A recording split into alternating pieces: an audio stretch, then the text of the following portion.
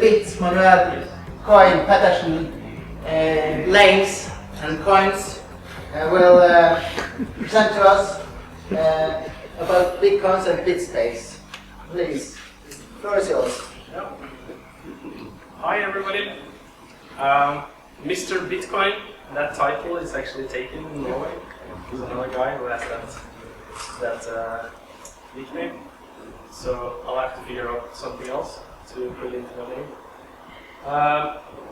My name is Manuel Pettersen Lains. I live in Oslo, and I'm the co-founder of a small startup called BitSpace, which we are working in the Bitcoin and cryptocurrency field, doing consulting work mainly, and we're also planning to start a cryptocurrency exchange in Norway.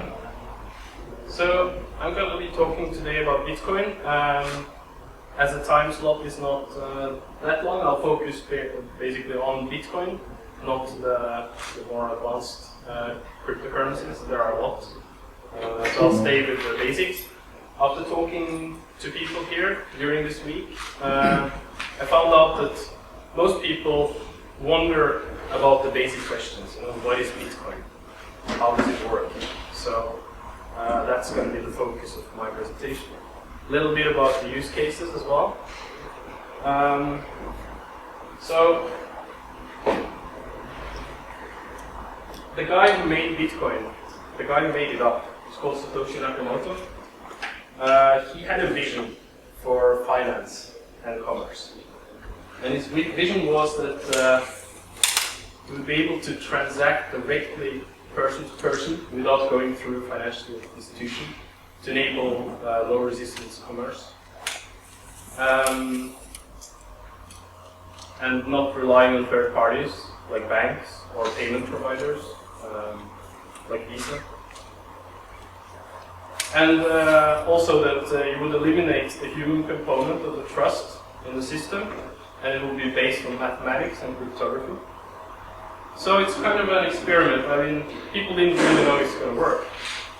Most people in the beginning, they thought it was like toy money, like monopoly money, and nobody would ever dream that it would have even the value of $1.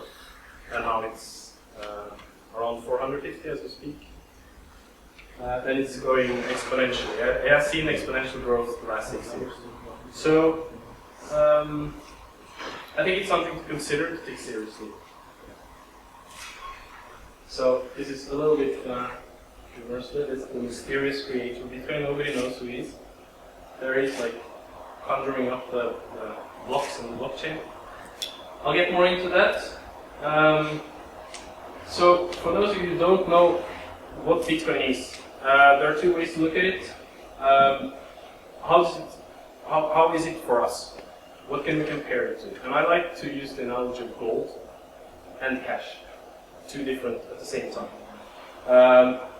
Bitcoin doesn't have any backing.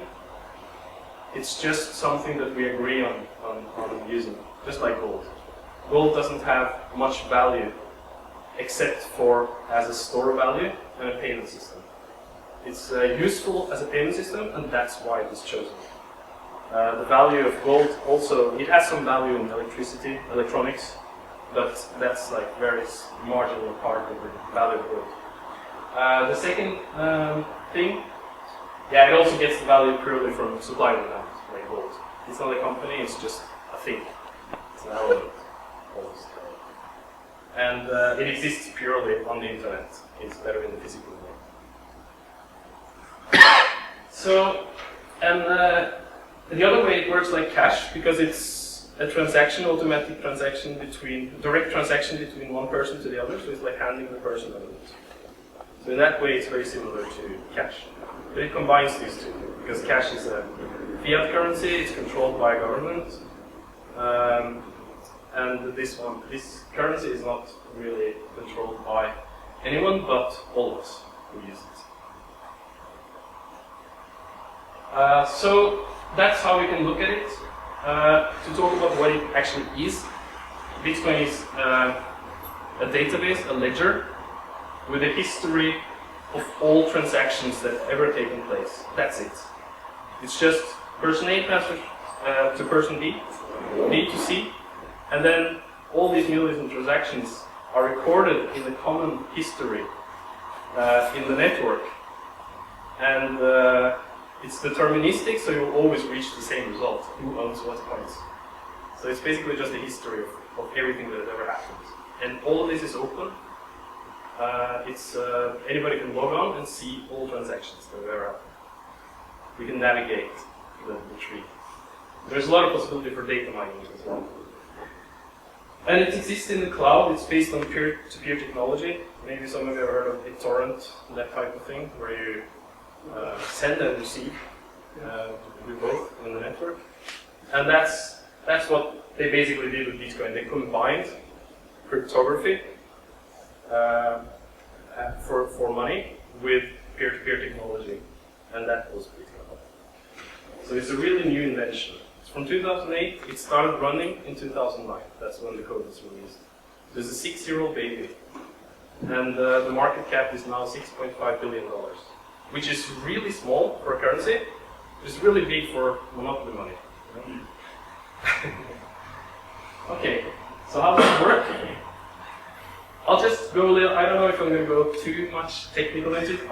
I don't know how much time I have, so I'll be brief. But it basically works like that. It's based on public key cryptography. That means that you never actually, you have a public key associated with your account, and you have a private key which only you know about. So your public key is like your email address. People can use it to send money to you. But the private key is never exposed to the network. Okay, quick question. When are people going to start using this? When am I going to use this? Well, whenever I convince you. I'm using it already. Yeah. We're using it a lot in the pirate party, for example. But you can go to a shop and buy with Bitcoins, no? Huh? Your telephone you can buy in a shop with Bitcoins, no? It's a shop accepts Bitcoin, yeah. I'll get back to that. I mean, it's still early stage. It's very few places in the world you can actually go into a shop and buy. But there are some places, like in Berlin, there's something called Bitcoin Street or Bitcoin Town or something like that, where there are bars and pubs and eating places you can use Bitcoin. In Amsterdam, no, in Hague, I think, in the Netherlands, they have Bitcoin Boulevard. There are some pockets of places. I think Bali has a big community. It's growing in certain places, and Silicon Valley is really big on Bitcoin right now. It's like the investments into Bitcoin is matching that of internet in 1995. It's easy to That was before change Bitcoins in euros, for example? Yeah, plenty of opportunities. I can explain you more. I mean, this is what we do. This is what BitSpace is all about. So we have the knowledge, and the easiest is just to find somebody who has Bitcoin. You know, I'll tell you a little bit of Bitcoin if you want, just for introducing you to it.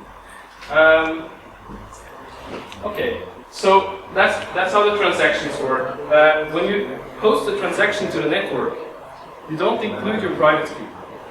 So it's the inverse of the Visa transaction, where you provide all your sensitive information to the shop, and then the shop takes your money. Here it's different. You make the transaction. You say that you want to send to this person, and you sign this transaction with your key, but you don't show the key to anybody. You just sign the transaction. You throw the transaction out into the network, and then everybody can know deterministically that it was you who signed it, who are in control of this, the private key for the public key. So it's one-way cryptography. I'm not really deep into the understanding of the math behind it, but that's the basic gist of it.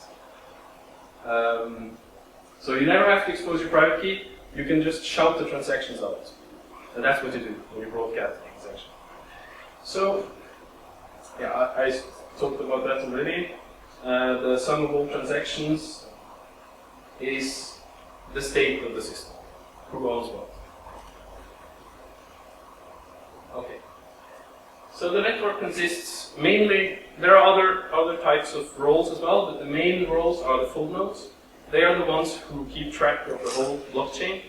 They have a copy of the blockchain. They know everything about who has the permission to transfer which coins. So that's what they do. They verify the history. They relay transactions. So they process, they check the transaction valid, and they push them on. And they service the network. So for example, you can connect to a full node and read out information about the network for statistics, for data mining, such things. And then you have the miners. And that's where it gets interesting for many people. A lot of people who came into the Bitcoin in the early times, they wanted to mine. It's like you put your computer to work and you get money. That's fun for any geek. So the miners, what they do is that they build the blocks of transactions. They gather all the transactions that have been broadcast to the network. They put them in a package called a block, and then they sign the transaction. And when they do that, then the transaction is verified by the network. It's confirmed. That happens every 10 minutes. There's an economy in this mining. There's a race. You have to solve. There's a proof of work algorithm, which means that you have to prove to the network that you spent a certain amount of computing power. And by solving an arbitrarily difficult math problem. And that goes on all the time. So the miner that finds this solution first, so it's a stochastic process where it's there's a random element, but it's also over the long term, the people who use most power will find solutions first and win this lottery kind of. So they will get the block reward, which was 50 bitcoins every 10 minutes in the beginning. Now it's 25. Next year it's going to be half again to 12.5, and that's what generates the bitcoins. So in the beginning of 2009, it was 50 bitcoins per block, and then it evens out, halving every 4 years approximately, until it reaches 21 billion Bitcoin, 21 million Bitcoin in 2140 or something like that. So that's how the Bitcoins come into reality. In the beginning, there was no Bitcoins. Okay, so a lot of people worry about the security system, how secure it is.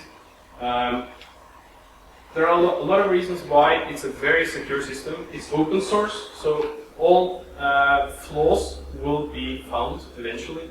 It has been shown that Linux, for example, is a very secure operating system because it has a lot of eyes on it. It has a lot of eyes on the code, and it's continuously under attack. Remember, as the price of Bitcoin increases, the incentive to attack the network increases as well. And Bitcoin is constantly under fire because people want to steal all that money. It's like a big honeypot, you know? So it's an evolving system. It's continuously under attack, and it evolves. It becomes stronger every time it's attacked.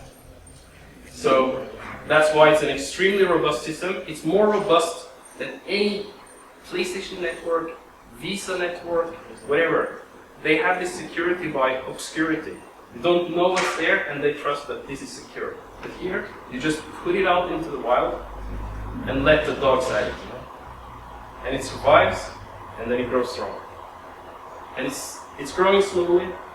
It's still small, but the growth is really fast, seen in the long term. And the basis of the cryptography technology is something that US NIST and the NSA have endorsed. They use it for their military secrets. So it's a very, very well-known cryptography method.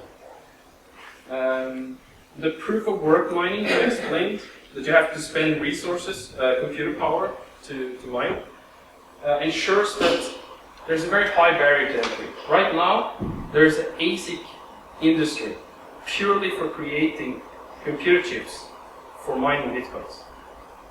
And it's a huge industry, hundreds of millions of dollars. And it's actually competing now head to head with Intel. You know Intel, right? in terms of how advanced the processing capability. So that creates a huge barrier to entry. If you want to attack the Bitcoin network, you need to make a huge investment. So that's the hash rate, that's the difficulty of mining, that's a logarithmic scale, so it's growing extremely fast. I'm not going to delve too much into it because it seems I have to move along here. In the wake of Bitcoin, Bitcoin is open source, anybody can copy it, we can make a fork. Right now there are thousands of cryptocurrencies. Literally thousands. Anybody can make their own coin. You can go to the online web coin generators, put in the name of your coin, a small fee, how many coins you want, blah blah blah, and then you get your own coin. So if you have something to contribute, that's the way to do it. It's like creating your own little ecosystem. Most of these coins have very little value. Bitcoin is much bigger than all the others. But they still do have value. Yeah, the second, third, fourth, fifth, they actually have quite a lot of value. It's like in the tens of millions of dollars around. And then it's a power distribution. Bitcoin is really high, and then the next one is much smaller. Next one there is much smaller, and it's like okay. And 2 minutes then more of Bitcoins. Two minutes? Okay. Okay. Well, what should I focus on then? Maybe you could say something about if I have a business, how do I start to take or give them money in Bitcoin? How do I start making Bitcoin my payment, method of payment? Yeah, that's kind of a technical thing. I mean, it's something I could show you, but then I would need to download the wallet and do it here. I can show you later. Can you buy a house or a car with Bitcoin? Yeah, you can buy a lot of stuff with it. I'll show you that. The use cases. You have online services, domain name registration you can use, Namecheap, Fiverr, outsourcing of tasks and jobs. You have micropayments, JoyStream, which is a layer for torrent downloads. You can sell and buy downloads. Tipping on social media. You can donate to a lot of different foundations, specifically where there is a need to not have any censorship. Like when you want to donate to WikiLeaks, then you can do it with Bitcoin. Yeah, I'm not going to go into that. I think there's a lot of opportunity for travel because Bitcoin is a true global currency. It's just the currency of the internet. And it's very low cost to implement it. You just need an Android, basically. You can accept Bitcoins. There's a low threshold to use Bitcoin because you don't have to give your sensitive information. It's just like sending an email. And you can also do multi-signature, which is a more advanced feature to mediate between three parties. How do you change the Bitcoins to euros? With one pack or There are the money? a lot of different ways. There are exchanges specifically made for that you can transfer your euros and then they can send you Bitcoins. You trade in a exchange. You can put Bitcoins and get a euro. Yeah, both ways. So I think the most important thing for Bitcoin to succeed is that it has a good internet coverage. And I was inspired when I heard about Gran Canaria, that it's like being connected with fiber now. And I'm thinking, wow, that's an opportunity, you know? You're gonna have good internet. If you have good internet, there's no better money than Bitcoin. It's so easy. Very quick. I even heard some rumors that there will be Wi-Fi all over Las Palomas. You guys probably know better than me. But, in the third world, they have some solutions where they integrate it with SMS, so people can pay with SMS using Bitcoin, where they don't have internet. And then you have this, in the future, Elon Musk is planning to send up like 4,000 satellites to cover everything with internet, so at that point, it will be really, really useful. Okay, so that's me, that's us, BitSpace. we can help your business. If you want to start accepting Bitcoin, if you want to learn more about it, if you want us to come and speak, to teach you about the subject, anything you might need. So just check us out at bitspace.no. We have a YouTube channel where we post our speeches, our talks like this, and also a community on Facebook which is starting up now. Yeah. So, thanks. Cool.